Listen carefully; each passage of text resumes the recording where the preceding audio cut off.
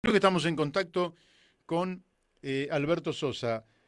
Buenos días, Alberto.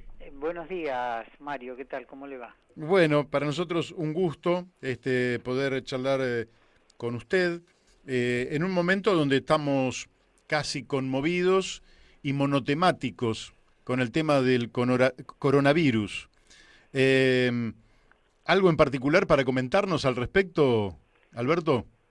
No, en realidad no soy especialista en el tema, ¿no? Sí, claro. Simplemente puedo comentar como un ciudadano común.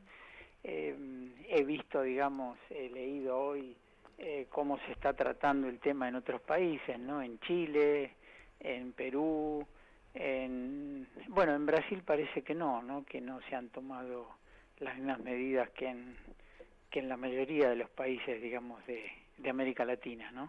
Claro. ¿Usted Y no tomo en piensa cuenta, que digamos, la manifestación que se realizó ayer de unas 8.000 personas, donde el presidente Bolsonaro tomó contacto con sus simpatizantes, ¿no? claro, da la impresión de que hay una cantidad de gente que ha subestimado el tema y uno no sabe si es por ignorancia, por interés, porque, no sé, alguien querrá sacar ventaja. ¿Qué piensa usted al respecto? Sí, pienso que debe ocurrir algo de eso, ¿no? Y además, como se dicen así los especialistas, este es un tema muy dinámico, un tema, digamos, una experiencia inédita que estamos viviendo, y un poco nos tenemos que ir adaptando a, a esta dinámica, ¿no? A este movimiento. Claro. Bueno, usted es en particular un especialista en temas que tienen que ver con Argentina, Brasil, la relación entre nuestros países, la evolución de esta relación y lógicamente de la región. Uruguay se retira de la UNASUR y regresa al TIAR. Algunos dicen que alineándose con los Estados Unidos, es decir, que después de 15 años de gobierno del Frente Amplio en Uruguay, la calle Pou decide pegar un giro. ¿Cómo evalúa usted esta situación hacia el interior del Mercosur y en general en la región? Sí, entiendo que el TIAR, digamos, es un organismo que estaba destinado a combatir al comunismo, ¿no? Y fundamentalmente al comunismo extracontinental en la época en que el mundo estaba dividido en dos grandes superpotencias, ¿no? Entre Claro. Estados Unidos y la Unión Soviética. Y evidentemente, bueno, el régimen soviético colapsó, como todos sabemos, el enemigo ese desapareció. Entonces el TIAR, digamos, ya han ocurrido algunos acontecimientos que demostraron la, la poca importancia del TIAR, digamos, para países como nosotros, como ocurrió, por ejemplo, en el caso de la Guerra de Malvinas, ¿no? Ujú. Después tenemos que tener en cuenta también que México se retiró del TIAR, ¿no? Es Claro. un país, digamos, que en su momento, cuando se organiza el TIAR en el año 1947, tanto Argentina como México son los únicos dos países que ponen alguna limitación al gobierno de Estados Unidos, porque en ese momento Estados Unidos lo que pretendía era crear un organismo militar que tuviese tropas propias, como la OTAN, digamos, Claro. como tiene la OTAN. Y en ese caso, tanto el gobierno mexicano y también el gobierno argentino, que acompañó la postura mexicana en ese momento, se opusieron a que tuviera tropas propias. O sea, Argentina adhirió al TIAR, ¿no? Sí. Este, pero después, digamos, cada país tenía que firmar un convenio militar bilateral con Estados Unidos como para poner en ejecución el TIAR y como para permitir el adiestramiento de sus tropas. Argentina fue el último país en firmar estos acuerdos bilaterales con Estados Unidos, ¿no? Lo hizo recién en la época del presidente Ilia, ¿no? En el Ujú. año 1965. Hubo muchas presiones, tanto durante el gobierno de Perón, después durante la época de Frondizi hubo muchas presiones. Frondizi también resistió, no firmó este tratado.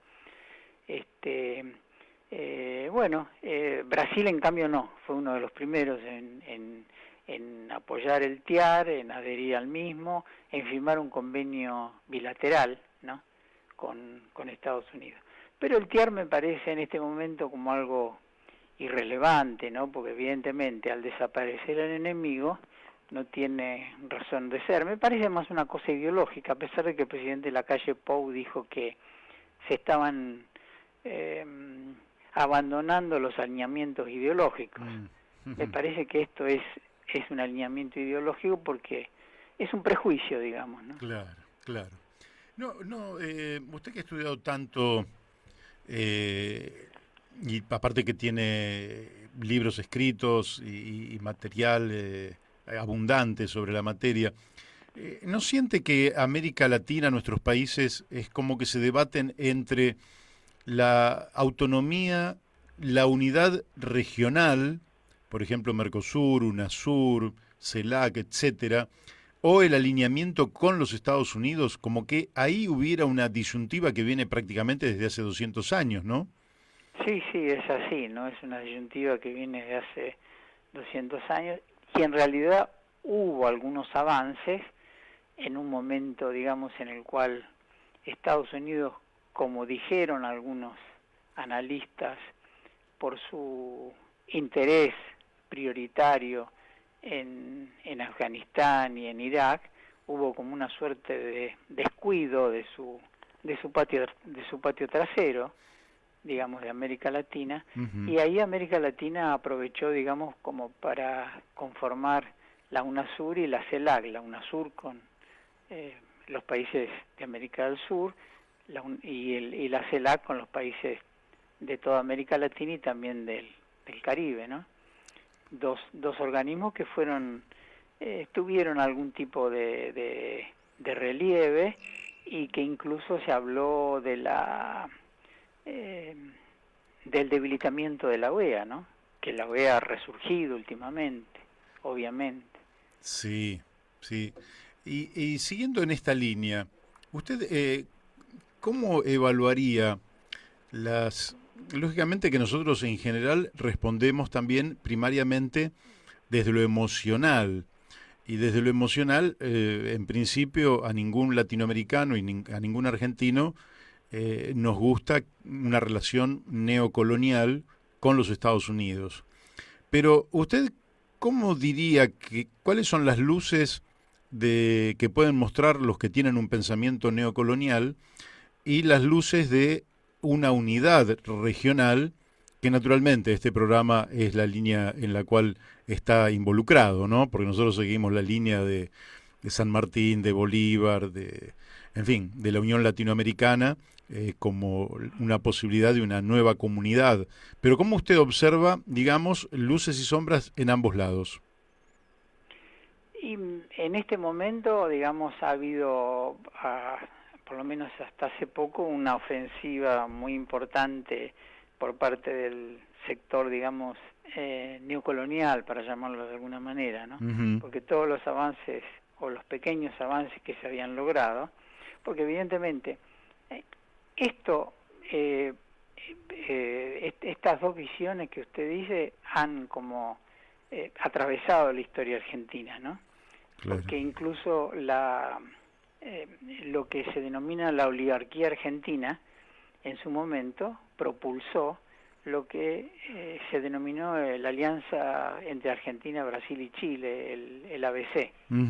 O sea, nuestra oligarquía, así como la oligarquía brasileña y la clase dirigente chilena, ya a fines del siglo XIX y principios del siglo XX, ellos veían como una amenaza el avance no solamente de Estados Unidos, también de Inglaterra y de otros países de Europa.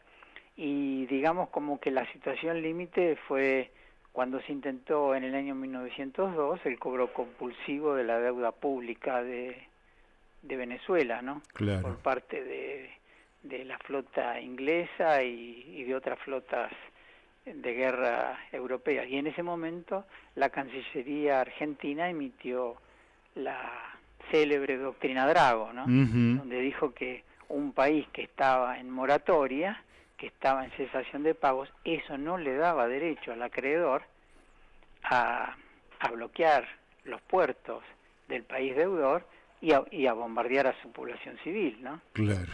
O sea que ya desde esa época nuestras élites, más allá de su ideología, vieron que tenían que poner un límite a ese avance, ¿no?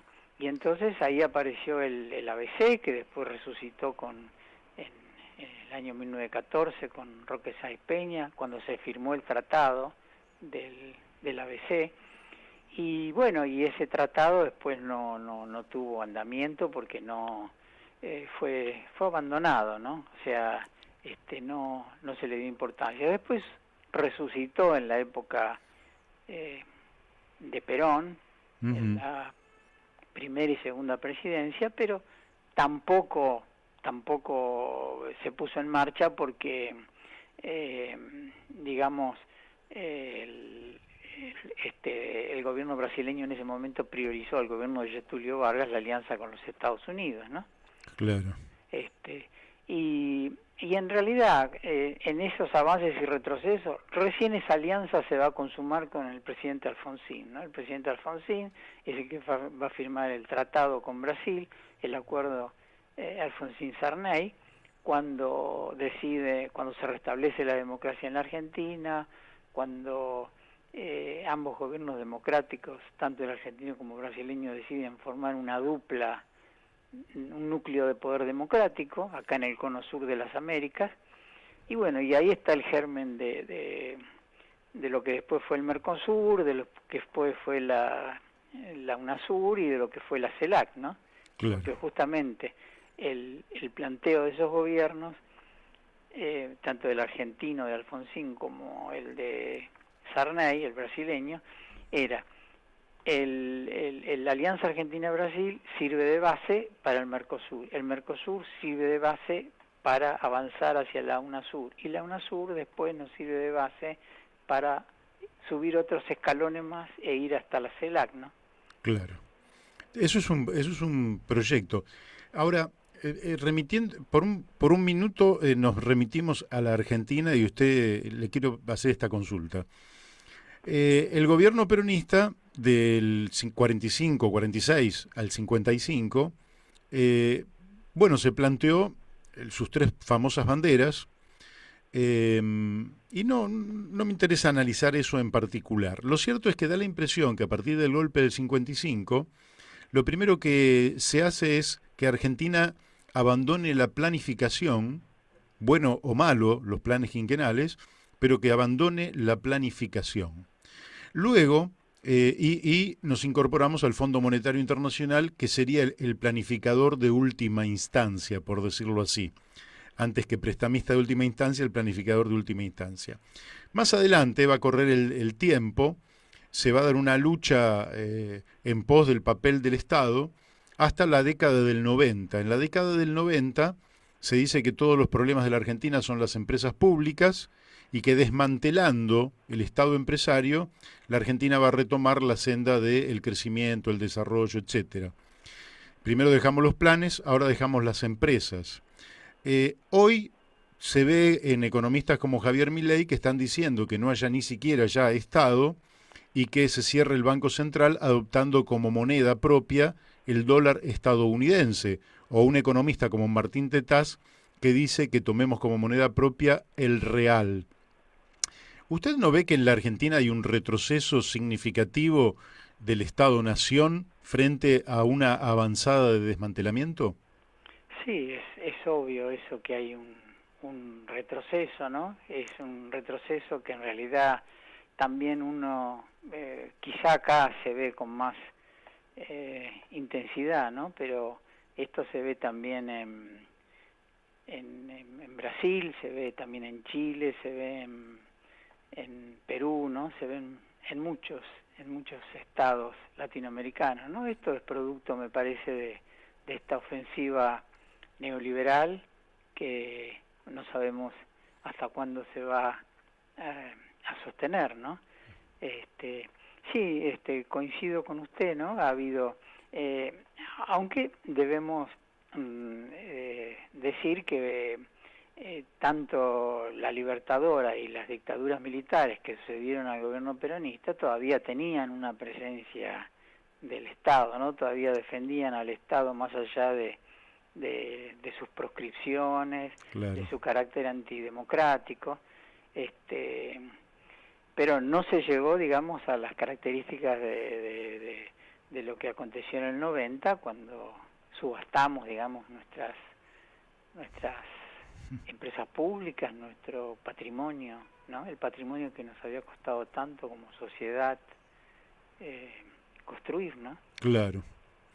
Y ahora, al día de hoy, ya me remito al día de hoy, digamos, con Alberto Fernández en la Argentina y Jair Bolsonaro en Brasil. ¿Cómo está viendo esta relación, Alberto? Y la veo como una relación accidentada, ¿no? Es una relación donde los primeros mandatarios no tienen empatía, no tienen feeling, ¿no? Uh-huh. Y más allá de eso están los intereses, ¿no? Argentina tiene a Brasil como su principal cliente comercial, el Mercosur también es un importante cliente comercial de la Argentina, y en el caso de Brasil, Argentina es su segundo socio comercial, después de la República Popular China, ¿no? Uh-huh. Entonces me parece que más allá de las características de ambos mandatarios y de que se puedan decir cosas entre ellos, más agresivas por el lado de Bolsonaro, por cierto, por su tipología, digamos, política, entiendo que estas cosas van a tratar de limarse, de allanarse, y más en un momento de crisis mundial, en este momento, Uh-huh. que se ha agravado por el coronavirus, ¿no? Claro. Así que me parece que esas cosas van a...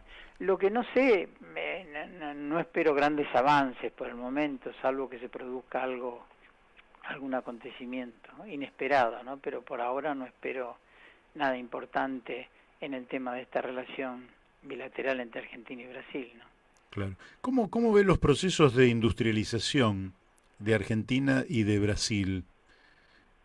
Y los veo como que se han abandonado los procesos de industrialización, ¿no? Uh-huh. Tanto en Brasil, por ejemplo, los procesos de industrialización que tenían como motores, por un lado, a sus Fuerzas Armadas, por otro lado, a la Federación de Industriales de San Pablo. Bueno, hoy en día la Federación de Industriales de San Pablo ya no es esa promotora de la industrialización brasileña. Brasil, por ejemplo, acaba de vender la Embraer, la empresa brasileña de aviones, la ha vendido a la Boeing, ¿no? A la Boeing de Estados Unidos. Cuando la Embraer fue creada por la Fuerza Aérea de Brasil, Claro. donde la Fuerza Aérea tuvo un papel fundamental cuando creó ahí en San Pablo, en San José do Campos, creó a la Embraer, que la llevó a convertirse en la empresa aeronáutica más importante de América Latina, ¿no? Y bueno, y ahora la han vendido a la Boeing. O sea que en un momento, por ejemplo, la Embraer, incluso en la época del presidente Fernando Henrique Cardoso, era la principal proveedora de divisas del Brasil, ¿no? Qué bárbaro. La Embraer, o sea que era importante, así como acá la soja, digamos, allá en su momento fue la Embraer.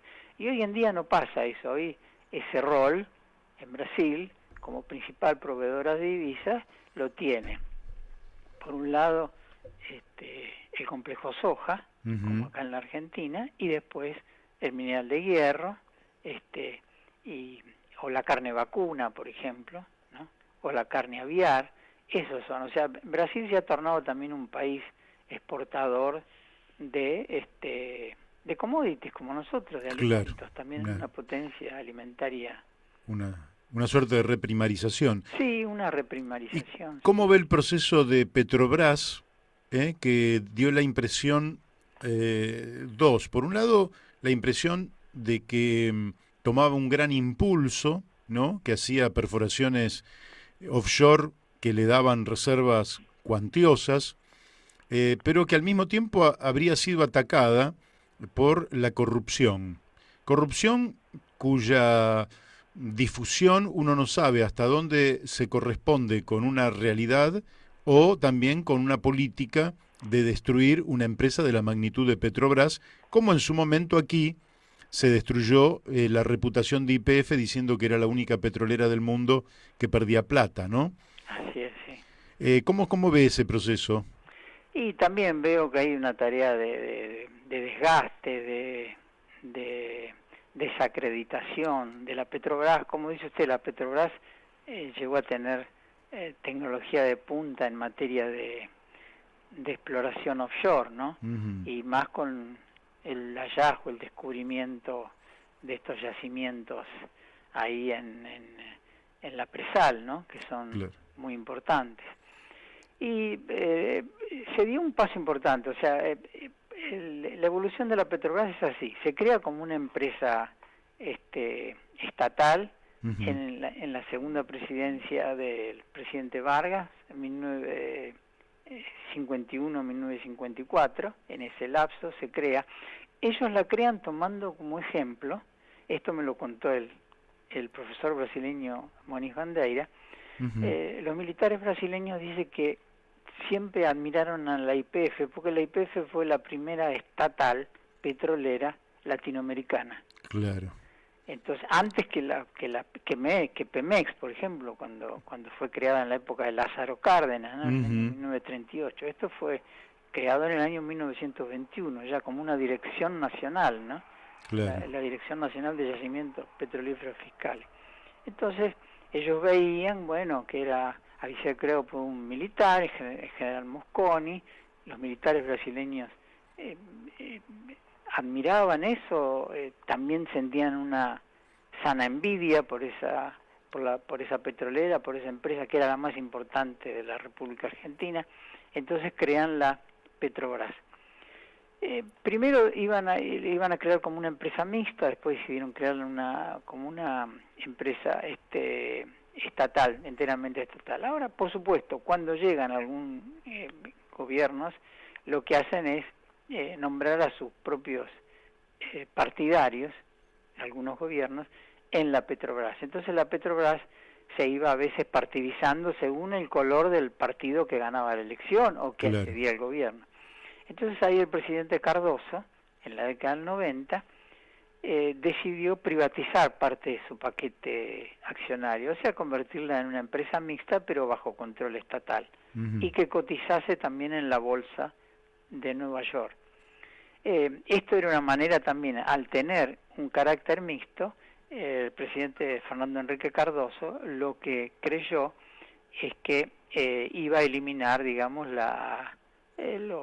los bolsones de corrupción que podía tener la Claro. Petrobras en ese momento, porque ya había una mayor fiscalización, auditoría por parte de los accionistas privados, ¿no? Uh-huh. Incluso fondos de inversión de los Estados Unidos. Y bueno, eso anduvo bien, la Petrobras siguió avanzando, se convirtió en la primera empresa petrolera de América Latina, descubre los yacimientos de la Presal, bueno, todo perfecto.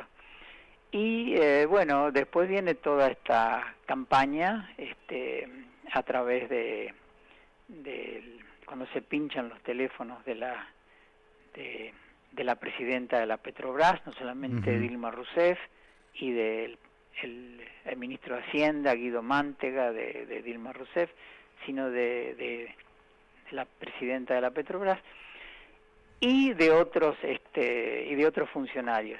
En Brasil, como todos sabemos, el partido gobernante nunca logra la mayoría en el Congreso. Claro, Siempre sí. necesita, digamos, del concurso de otros partidos para la votación, para la aprobación de las leyes.